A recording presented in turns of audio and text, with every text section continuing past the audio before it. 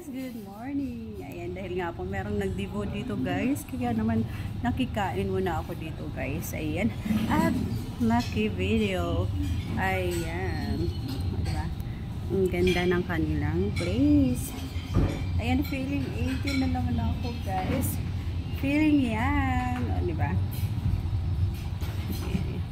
Ayan, dahil hindi ako nakaranas ng pagdidibo ko guys. So, eto. Rampa muna tayo dito, di ba? Feeling yan. Ano guys? Ayan, hindi na ako nahiya guys. Hindi na ako nahiya. Nakirampa na ako dito. Ayan. Nakirampa ako dito, di ba? Huwag na tayong mahiya, di ba? Nagtinginan sila sa akin guys. Ayun yung ating mga visitor nila doon guys. Nagtinginan sila sa akin. Ayan, hindi na ako nahiya. Look guys, ayan, nandito tayo sa Urban Hotel. Ayan po. Ito po yung kanilang ano dito. Ayan, resta. Ayan. Ayan guys, ito yung kanilang ano dito. Ayan.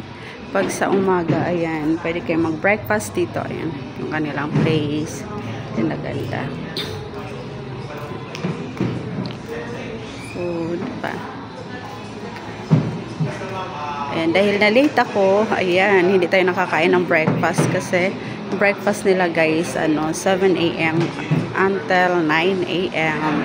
So, ayan, dahil 9:30 na ako bumaba guys, ayan, hindi tayo nakakain ng breakfast kasi kung anong oras yung sinabi nila guys, 7 to 9.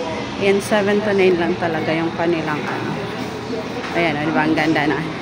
Dito lang yan sa Urban Hotel. Morning. So, ang gagawin ko guys, babalik na ako sa room.